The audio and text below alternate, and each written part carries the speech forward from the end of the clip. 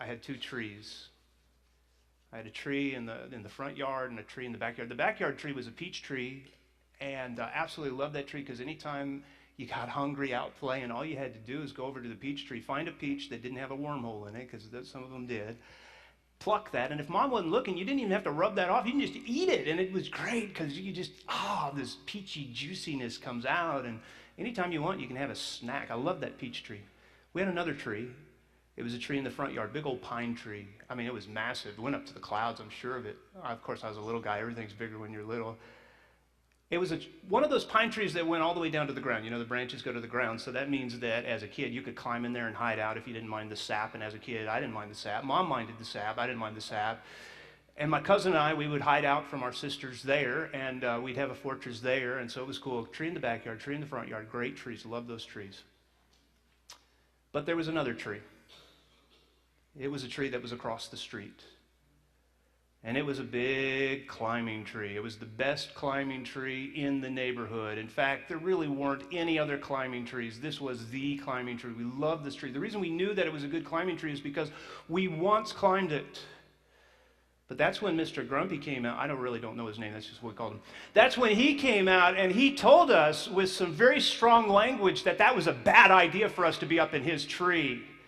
And we ran down from the tree, ran across the street, and just, hid inside the big pine tree, panting and scared. That didn't keep us from looking at that tree. Isn't that crazy? Right across the street was the greatest climbing tree in the world, and yet it might as well have been 10 miles away because we couldn't go and climb it. So we'd sit there inside that big old pine tree, eating peaches from the other tree, staring at the tree we couldn't have. I imagine that many of us have been there. On your side of the street, you have good trees. You like your trees. But there's a tree on the other side that you've been looking at. And you want it. Because the longer you look at it, the more you want it, right? That's the way it works. You study up on it, you read about it, you got to have it. You got a home that you really like, but there's a home that you saw that someone else has. And you ever go to somebody's house for a get-together and you have a great time, but you're looking around like, man, they're really good at decorating here. And boy, this room's a lot bigger than my room. Boy, that TV, this is what guys do, right? We compare TV sizes. I think girls, they compare how many shoes are in the closet. But we compare TV sizes, and we get home, and what was a really cool TV size no longer is big enough. And what was really cool at home wasn't really, isn't all that cool. And man, you start to see all the cracks and all the things that need to be done. We just look on the other side of the street, don't we? You ever have somebody that you're working with that gets a promotion and you don't? Oh, man, isn't that awful? Look at what they're driving now. Look at what they're doing now. Look at the corner office they have now. Look at the perks they have. And you just want that so badly, and you didn't even know you wanted that till they got that, right? This is sitting on our side of the street, staring at the tree on the other side of the street. And maybe it's not a thing for you. Maybe it's a person. Maybe you're looking at somebody you shouldn't be. Why do we look at what we don't have? Why can't we find what we're looking for on our side of the street? It may not be that on our side of the street anything's wrong. We may be blessed like crazy, but we still want, we still look, we still desire, right? Isn't that true? Isn't that true? And if you don't want it for you, this is our culture now. Maybe you want it for your kids. Don't we stand on our side of the street holding our kids' hands, wanting so badly to figure out a way to get across that street, bring them to the tree of academic success or 4-H success or sports success? Isn't that us? Don't we do that? Man, we can go after the craziest things at times. Even when we're content, we think somehow something stirs up in us and we become discontented and we want. This is why marketers do what they do, don't they? They market to us basic human needs all the time, but they also market to us things we don't even know we needed until they shared it in such a way and promoted it in such a way and showed it in such a way. You ever have buyer's remorse? That's where you walk away with the product in hand thinking, what did I just buy? Why did I buy this? Do I really need this? It hits you either that day or the next day. That's buyer's remorse. That's proof that the marketers have done a good job because they promoted and they sold you something that you didn't really need, but in the moment you thought it was a need, and then when that feeling wore off, you're like, what in the world is this? Why did I buy this? We need to talk about this because it's real serious, isn't it? We always seem to be looking for trees on the other side of the road. How do we find contentment on our side of the street is our question that I want us to wrestle with today. And to answer that question, I would like to do something I don't normally do, and I know we're trying to go through the book of Mark, and we're trying to look at Jesus' life as the greatest servant who ever lived, and as we march through Mark, we're looking at example after example of how he lived. Here's what I'd like to do, and I don't normally do this. Instead of moving forward, I'd like to stay on the same passage that we worked on. So if it's okay, I'd like to actually just look at the same passage as last week, if that's okay. Now, if that's not okay, I got nothing for you, so you're going to have to go with that. Because Jesus really, now I'll share something new in what we look, so we're actually going to move the ball forward, but very little, so don't get your hopes up that, hey, we're going to jump way ahead, we're crawling today, we're crawling. What Jesus said is so important that he repeats himself, so we need to repeat ourselves and not miss this, because this is the answer to contentment. We've got to discover what Jesus is saying here. If you remember from last week, what he is doing at the very end of what we talked about is answering a question, a simple question. Why is it that everyone else fasts? That means deny yourself some food or deny yourself some stuff for a day of the week or for 2 days a week if you're really devout. Why is it that the followers of all these other groups, these religious devout groups, fast and you and your followers, you don't fast? You know, when the traditional day of Monday or Thursday come around, you don't fast. Everybody else says, why aren't you? Now, Jesus is going to answer this question. What I don't want us to do is spend a whole lot of time talking about the Pharisees again, who are bringing up all of these disturbing questions to Jesus, trying to trip him up. Remember, the Pharisees are the fault finders, the people that keep saying judgmental things about people, especially Jesus, trying to trip him up. And we answered the question, how do we get past fault finding in people right away? Because we do that, don't we? We judge people as soon as we see them by what they wear, especially in Walmart. We judge people by what they look like. Why do we do that? Well, I don't know the answer to that, but we do, and so we need to change the internal dialogue in our heads, right? That was our solution last week. It's the same thing Jesus did. He looks at our life and says, you know what? I'm just going to serve you, period. I'm going to be the greatest. I'm just going to serve you, and that's what he does. So we have to change our dialogue and start asking the question when we see people that are being judgmental and ask the question, how can I serve them? How can I serve them? Now, that was last week's answer.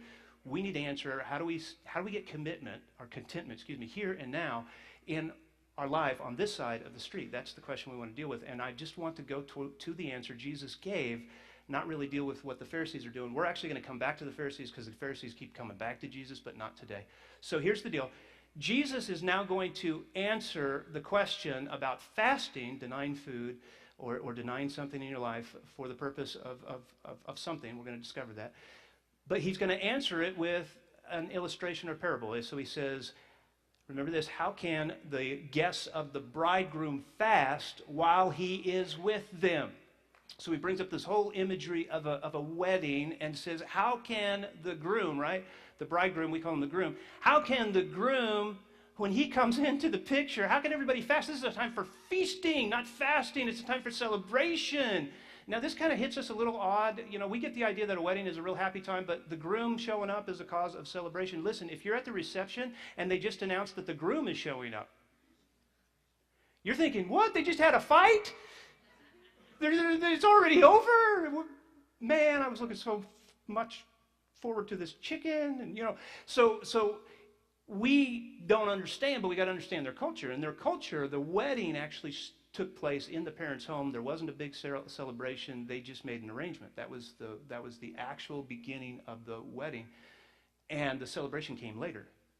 They were actually married by contract, you know, technically in the parents' home, and then and they didn't consummate it. They didn't come together. They just had a technical marriage. They were, the term that they used was betrothed, but it's a marriage. They're married. They're married. They're legally married. But the groom himself would go then and leave her house, go back to his own town or village, wherever he came from, and prepare a place for her, which is really cool if you think about it. He's going to make sure that everything is in order. Before he comes and gets her and brings her home, he's going to make sure that he can provide for her. So he goes back normally to his father's house and adds on another room. And then he, when he's done, and that could take a month or several months, it could take really long time. It could take up to a year to get that place ready. He then finally comes back, and you can just imagine the excitement. And when she finds out that he is coming back for her, she calls in her bridesmaids in the wedding party, and they just have this massive party. It's time for feasting and celebration because he's come. Now, this is what Jesus is saying.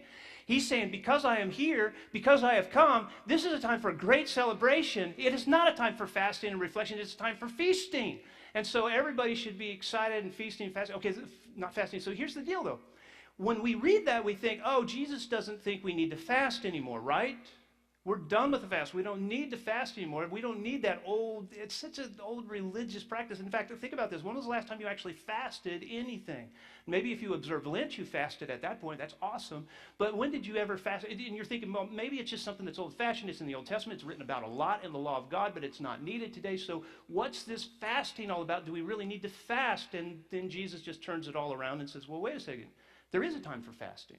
And so here's what he says. He says, well, they cannot so long as they have him with them. Let me finish that thought. But the time will come when the bridegroom will be taken from them. That's a prophecy that Jesus is going to be taken away and that Jesus is going to be tried and convicted and executed. He's going to be taken from them, and on that day they will fast. So Jesus is saying, hey, there is a time for fasting, and the time for fasting is when I'm not here, when I'm gone. Why is that? Well, first of all, it's a sad time, and that's usually where you associate reflection and mourning and repentance and that sad time. So that makes sense. But think about this. Jesus is saying, when I'm gone, the world rushes in. When I'm gone, everything floods into your life the way it was before, and you need to fast at that point. Now we need to understand what a fast truly does, because wait a second. There's something about the world flooding into us, coming back to us, that needs to be taken care of when Jesus is absent. So maybe we need to fast today, right? Maybe we need to fast because there's a lot of the world that gets in us. There's a lot of things that we see on the other side of the road that we want and we go after, and some of those are unhealthy. And so, how do we find contentment on our side of the street? Jesus is going to teach us that we need two disciplines in our life. And the problem we make is we usually choose between one of these two disciplines, but we need both of them. And most of us do not choose to fast because it's not fun. There's nothing fun about giving up something. Most of us try to do the second, but Jesus wants us to get both of these, and we need to get them in this order. The disciplines that we need, first of all, is to fast from the world. You fast from something. You give up something. You deny yourself something. That's what fasting is all about. It's an important discipline, Jesus is saying. We need to recognize how we are made in order to understand why this is so important. Now, this is a little tough if you haven't heard this before, but I think if you listen, you'll say, oh yeah, that makes sense. I get that. That makes sense. We are actually made up of two parts. We're made up of two parts. And we kind of have been taught this, okay, yeah, I get it. I'm body and spirit. I get that because when I die, my spirit leaves the body, so I get that. We're two parts. But we really don't think about being two parts. We don't. We only think about being one part because we don't spend enough time concentrating on the fact that we truly are living two parts at one time. Now, I know this is weird to talk about, but we need to talk about it to understand how important the fast is so that we can get this part down and do both parts of what Jesus asks us to do to find contentment on our side of the street. He says, look, you're two parts, and it's proven by the fact that, okay, we know we got flesh. That's easy, right? In fact, the word for body that Paul likes to use is flesh. In the Greek, it's sarx. This is the flesh. And he likes to use that because it goes deeper than just body. When you think of body, you just think of shape, right? You think of color. You think of looks. You think of appearance. But flesh goes deeper than that because we know while we can feel this and we can see this is our flesh, we can also feel this internally. We can. This is where we feel scared, or we feel nervous, or we feel anxiety, or we feel hunger, or we feel getting tired. We feel inside our flesh. All right, so that's easy. We're flesh, but we're also spirit. Now, spirit, if God is spirit and you can't see God or touch God unless he manifests himself, then we as spirit, you can't see or touch, right? That's a weird concept to think that we're spirit. Because the flesh is so much with us. We see it, we touch it, we do everything. We dress it. This is what we know. This is who we are, right? This is who we think we are, actually. And yet, there's something real deep inside us that we really are. And we kind of know this if we can get the flesh to shut up. Doesn't the flesh just scream for attention all the time? It always wants to be noticed, always wants to be appreciated, always wants to be the one that's in the center of attention. It always wants to be fed. It always wants, doesn't it? If we can get the flesh to quiet down enough, we could realize that, wait a second, where's true joy come from? Does that really come from an experience in the flesh, or does it come from something deeper? Is purpose in the flesh, or is purpose deeper? Is true connection among friends in the flesh, or is that deeper? And we start to feel like my will, my ability to control the flesh, if I haven't let the flesh get too strong in my life, my ability to control the flesh and have a willful life actually must come from something deeper. And we realize that there's something real deep inside us that where true joy is, because happiness is an experience of the flesh, where joy is an experience of the Spirit. And we can truly see this divide in us, and it truly is a divide, because Paul talks about it as a war within you. We can see this divide in us, or feel this divide in us, anytime you have competing desires. And I know you've had them, because I've had them. You want to do what's right. You want to do what's good. You want to do what you, in your core convictions, believe, and yet you're pulled, aren't you? You're pulled, because as Paul says, your flesh pulls you. It is where sin comes from, because you are enticed. What's enticement? To pull your flesh away, and then to make a decision that goes against what your core values are. You can feel this war inside. Have you ever done this? I have. You have a conviction like, we're going to save up money, and we're going to provide for the future, and we're going to make sure that everything's taken care of, and we're going to give to the church. We're going to be responsible with our money. And then you see that thing that you just didn't even know you needed, and you blow it all. You ever been there? How in the world does that happen? I mean, you had core convictions. How about this? You want to lead your children to a right place. You want to teach them good things. You want to teach them about Jesus. You want to be Christ to them. You want to lead them to Jesus, so you are the example of Christ. That's your desire. That's your heart. That's your wish. That's your want. And yet, as you go in that direction, you get tired. Anybody get tired and get cranky and grumpy? You're Mr. Grumpy too sometimes, aren't you? Because you get tired, and what happens is you don't lead your children to the right place. You lead them to a bad place. You don't show Jesus to them as you're laying into them and yelling or belittling them. Wow, where'd that come from? Can I get real personal? How about that secret sin? That sin you've not told anybody about. Oh, it's something that no friend has informed you, because they don't even know that you're messing with, or that you're thinking about, or that you did. And so you would think, well, you're scot-free then, because nobody knows. You have no reason for guilt, because nobody's laying it on you, and yet inside you feel something sometimes, don't you? Unless you've done it long enough, as the Bible says, you can suppress the truth, you can suppress the Spirit. If you do it long enough, you won't feel it anymore. But if it's fresh, or if it's a struggle that you're still struggling with and crying out to God and asking for forgiveness because you know this is what I'm supposed to do, and then you even promise to God, and you promise, I'm not going to do that again, and you find yourself doing that again. Well, where does that come from? How could that come from you, unless something in you is divided, unless something is wrong? This is what Paul tries to describe when he says, why do I do what I don't want to do, and the sin I hate I do? He's talking about his own struggle, his own divide. Here's how he defines it. When I want to do good, evil is right there with me. Now, you can stop there and say, oh, yeah, I get that. There's an evil one, or his demons are tempting me. I get that. Evil is right there with me, telling me to eat the entire gallon of ice cream in one sitting. Evil is right there whispering that in my ear. Actually, Paul goes on and says, no, I'm not talking about an outside force whispering. I'm talking about your own flesh. That's his term, sarx. He says, for in my inner being I delight in God's law, but I see another law at work in the members of my body, or sarx, in his flesh. He's saying, I have this battle that I'm engaged in. And here's the reason. We think, well, this doesn't even make sense to me, because if I'm a child of God, don't I have a new heart, and aren't I redeemed, and isn't everything changed? Yeah, that's true. You have a new heart. The problem is you don't have a new body yet.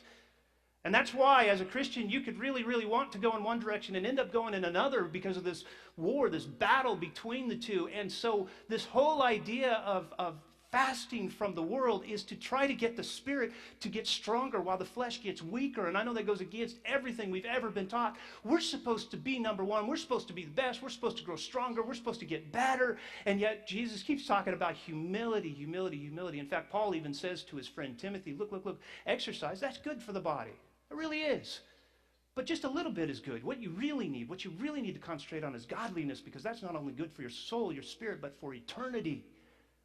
He's putting everything in priority in the positions they're supposed to be, because we're supposed to have our spirit stronger than our body. We're supposed to take care of our bodies. It's supposed to be our temple. What we do, though, sometimes is worship the temple. No, it's supposed to be in subjection to our spirit. Spirit needs to be strong. That's where fasting comes in. See, here's what fasting is. Fasting is designed to starve the flesh and strengthen the spirit. Now, sometimes that's very simple. In starving the flesh is just don't eat some food. You'll feel it right away. Take a day and just decide you're not eating any food. If you've ever done this, you know what it feels like. Your body revolts against you. That's good. I know it sounds terrible. It is terrible, actually, to experience it, and yet it's one of the best spiritual things you could ever do. You starve your body for a day with the intent that you're going to pray to God and focus on the things that are of God. The body will rebel against you. Now, some of us, you don't do this and then call me up from the hospital saying, hey, Jeff, I just fasted for the day and I just about died. Okay, use your judgment, and here's what I would recommend if this is your first fast. If you've never fasted before, here's what I'd recommend. Drink juice. There's no rules on what you can or can't do here. This isn't about religion. This is about starving the flesh, and you just do what is going to be enough for you to realize that your flesh has gotten way too much control of your life. Because if it goes unchecked, it will control us. It will tell us what to do. It will lead us where to go. It will determine what to think. It will, even though we know, this is wrong, I need to do differently, we need to get into the habit of fasting. Now, for some, you may want to change the fast if after a while. I would start here. If you've never fasted food, it is fasted from food. Not fast food. You don't want to do that.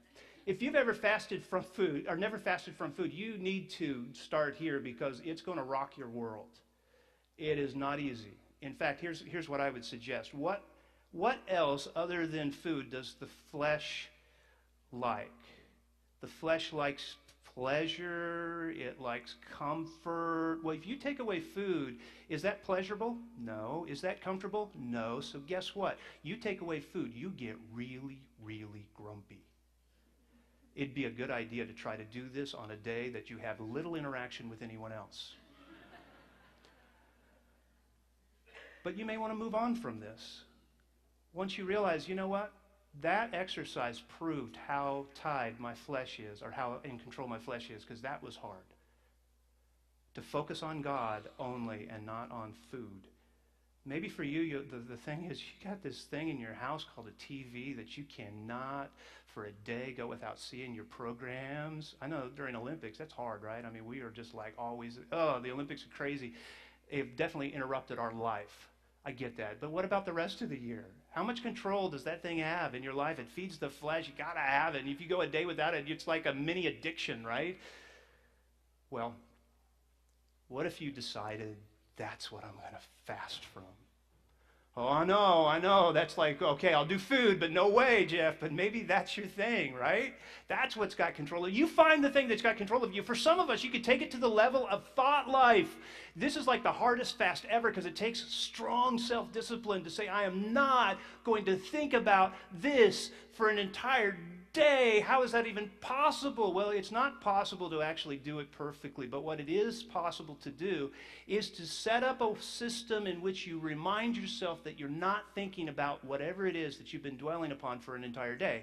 You usually have to wear something on your flesh to remind yourself that you are fasting from something that feeds the flesh. Wear a bracelet, wear a ring, wear something that reminds you so that every time you want to go in that direction, you say, I'm not doing that, I'm not thinking that, I'm not going there, and you move past that. That takes tremendous self-discipline. That's not where you begin fasting. So fasting is to starve the flesh. And if there are things like you've got a possession that you really, really want, you know you shouldn't have because you're already in debt, don't read the magazines that talk about that thing or that show pictures of that thing. Don't go to the websites that describe that thing. Don't read up. I'm just learning about that thing, so someday I'll get that thing. But no, I know I'm not going to get it today. Guess what? You're going to get it next week if you keep that up. Fast from those things. And listen, if it is you're struggling on your side of the street in your own marriage, looking where you shouldn't be looking, you got to decide what your street is so you know what to fast from. But here's the deal. This is a big, big problem, even in the church. Can I get real personal? There are places on TV, on the internet, on your device, that you should not be going, and yet you find yourself going there. Pictures you should not be looking at, and you find yourself looking at. Videos you should not be watching, you find yourself watching them. And you know that this isn't good for you because you feel it unless you suppressed it long enough. You know it's not good for you. It's not good for you, and it's not good for your marriage. God even gives you a way to know it's not good for you. You know how he gives you a way to know it's not good for you? Because anytime you indulge in anything that's not good for you, you don't feel good about it afterwards. Food is a wonderful thing, but ever overeat? Man, that's miserable. But think about this. Everything that is good, everything that is right, everything that is pure, everything that is noble, everything that is glorious, when you bring that in, you can keep bringing that in. In fact, you can, being a glutton is not the right word, but you could feast on that, right? Because the more you do, the more joy is produced in your life. God has already given us a mechanism to know what it is that is hurting us and what it is that is supposed to be feeding us. Starve the flesh. But that's not enough. And it's not enough, and I can prove it. We don't have time to go talk about the Pharisees. We'll talk about them next week. But this is the problem the Pharisees had. They fasted 2 times a week and still were self-righteous individuals. In fact, they got prideful of their own fast. They let people know they were fasting. They drew lines on their face so it looked like they were in mourning so that everybody would feel sorry. Oh, they're such pious religious men. They looked good on the outside. They were rotten on the inside. Jesus called them out for that. He called them whitewashed tombs. Fasting is a good start. It's not enough. That's why Jesus doesn't focus his attention on here. He puts his stamp of approval. You need to fast as long, at the times that I'm not in your life. But remember, he said there's more to it. You need something more. I'm going to skip this verse. Remember when Jesus started this conversation, he said, how can the guests of the bridegroom fast while he is with them? He's telling us what needs to be there. He's telling us there needs to be something more. Jesus one time, he told us a story about a man whose house was cleaned out of an evil spirit. He's talking about his body with an exorcism. The spirit goes away. And yet the man doesn't do anything to put anything back into his life. So the spirit wanders, finds 7 more, comes back and makes that house or that man worse off than when he started. You know this is true. You ever clean out a closet? Completely clean it out and feel good about it that you completely cleaned out that closet? And then you put one thing in. You put another thing in. Before you know it, it's back to the way it was before, right? It just looks terrible. What you need to do is clean out that closet and then organize it the right way with the things you want in there, where they go, and then that's a functioning closet. That's the same thing with our life. You can't just cast stuff out of your life and expect there to be any good result from that. You become a hole that the enemy will just fill with everything as quickly as that enemy can do it. Think about dieting. If you've tried dieting, it is one of the hardest things to do because it's part of this starving the flesh. And yet, if that's all you're doing is you're casting things out of your life, casting your things out of your life, well, I mean, we've got to eat, right? We've got to figure out something that we can replace that with and get our energy from, or we'll be worse off than we started. We really will eat that gallon of ice cream. We need to fast from. But we've got to fill that space now. We've got to fill that space. If we've taken it out of our life, what's going to go into our life? And so the disciplines that we need, first of all, let me finish this. What is Jesus saying here? He's saying, if I am present in your life, you don't even need to fast from anything. If I'm your life, what are you fasting from? I'm everything. If I'm all, you have no need. He's like the light of the world that is bright and glorious. You don't even see what's on the other side of the street, right? Because he's everything. Jesus is saying that to these religious leaders who are asking, why don't you fast? They don't need to fast. I'm with them. And here's the deal. We need to fast because there are times where we, even though we have Jesus with us, we start bringing in the world, and pretty soon we're not even really paying much attention to Jesus. He's not our everything. And when Jesus is not our everything, we get more and more caught up in the world. So we need to fast from those things that have tripped us up so that we can get back to a right relationship with Jesus. So we need to fast from the world. But the second discipline we must put in there is to make Jesus our world. He must be everything to us. He's got to be absolutely everything to us. This is so important. Jesus gives us 2 stories to illustrate it. Do you remember the one story we looked at last week? Let me just review it. He says, how can you take a new piece of cloth and sew it onto an old garment? If you do that, if you take a new piece of cloth and sew it onto an old garment, that new piece of cloth will shrink and pull apart and will rip and make the hole worse. You can't do that. You need a full new garment. You don't want to keep the old. He's basically saying this. You can't simply add Jesus to your old life. You know, the Pharisees weren't adding Jesus, right? All the Pharisees were doing was trying to fast, and it wasn't enough. But what Jesus is warning against is this. Don't just try to add me to your life. You need both. You need to replace your old life with me. I need to be your life. He goes on then. This is like moving the ball forward. We're actually going to look at a new part of Scripture right now. Here it is. And no one pours new wine into old wineskins. The reason for that is because new wine is fermenting. It's still fermenting. It's young, it's fresh, it's still letting off gases. You put that into new animal skin so that it can expand because it's flexible. Animal skins are flexible until they get old and hard. You put that into an old and hard animal skin, he says if you do, the wine will burst the skins, and both the wine and the wineskins will be ruined. And he said, you try to add me to your life and not change, and you see this all the time. It causes ruin. You get somebody who's on fire for God, right? They love Jesus. You see them going to church and reading their Bible, and yet they've got things in their life they're unwilling to get rid of. What happens to them? Jesus says they're actually worse off because now they've tasted the truth. Well, what happens if you taste the truth and walk away from the truth? You're going to go and look for answers out in the world everywhere but Jesus, thinking Jesus failed me. What a tragedy.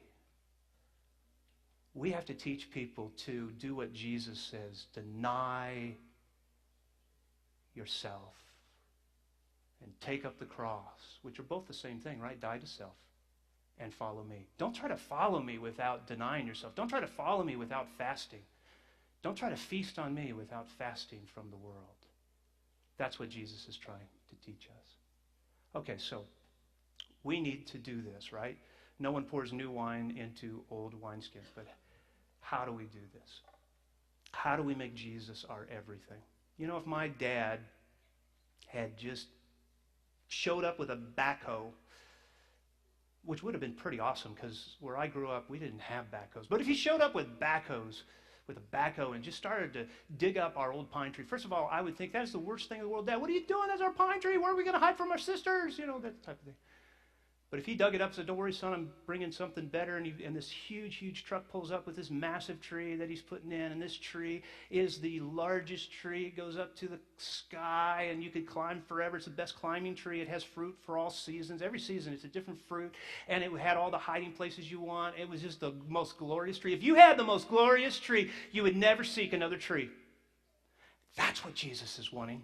Because God has given us the most glorious thing, Jesus Christ himself, to come into our lives and to be our everything. And if we will recognize that and we will do the hard work of fasting from the world and make him our everything, we'll find contentment on our side of the street.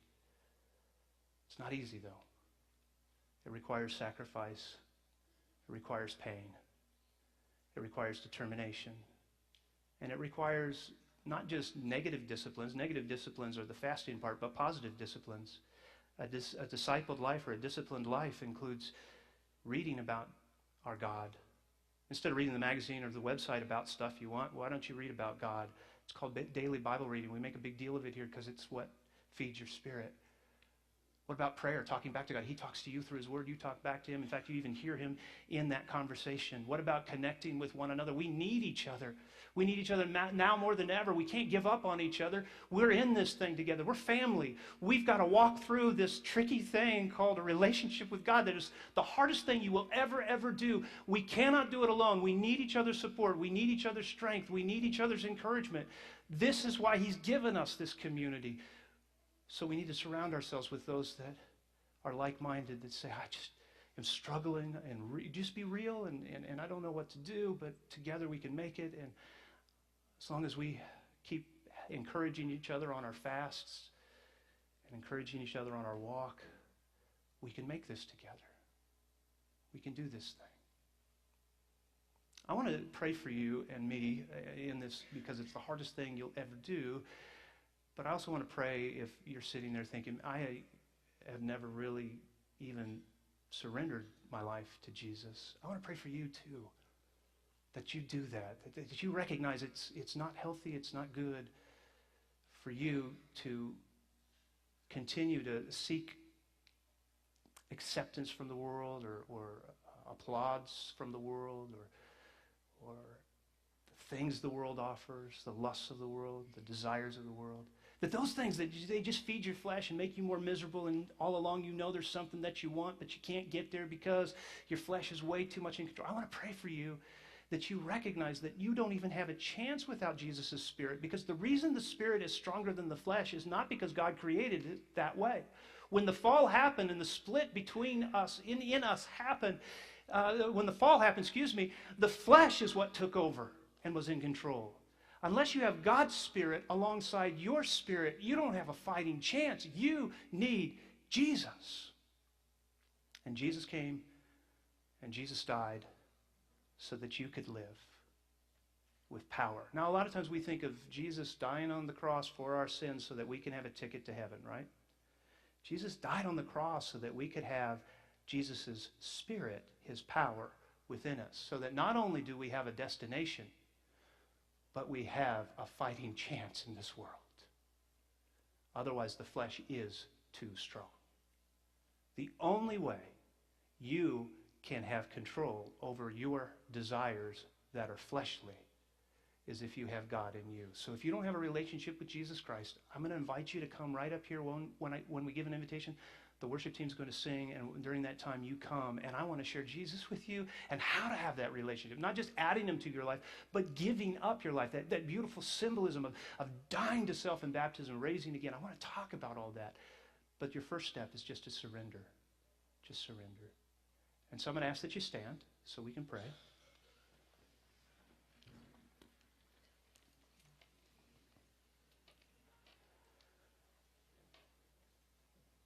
Father God, for each of us who struggle to keep our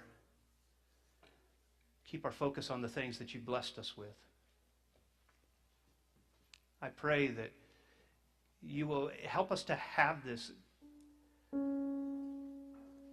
desire to do whatever it takes to lessen the world's influence upon ourselves and to strengthen your influence upon us. God, we want to be men and women who lead our families and lead our grandchildren in integrity. And it's hard when we constantly have to face this battle within us. I pray for surrender. I pray that we'll keep coming back and keep coming back and keep trying again. And keep remembering how much you love us and how much you want for us. Help us to let go of the world and hold on to you over and over again. For those that need to make a decision for Jesus Christ, to make him Lord of their life, to experience that spiritual change from within that gives them a fighting chance in this world that is dominated by the flesh, I pray they surrender right now to your truth and make Jesus the Lord of their life. I pray for courage to step out and to make that decision public. You say if we confess before men, you'll confess us before the Father. Give them courage to do that right now. In Jesus' name.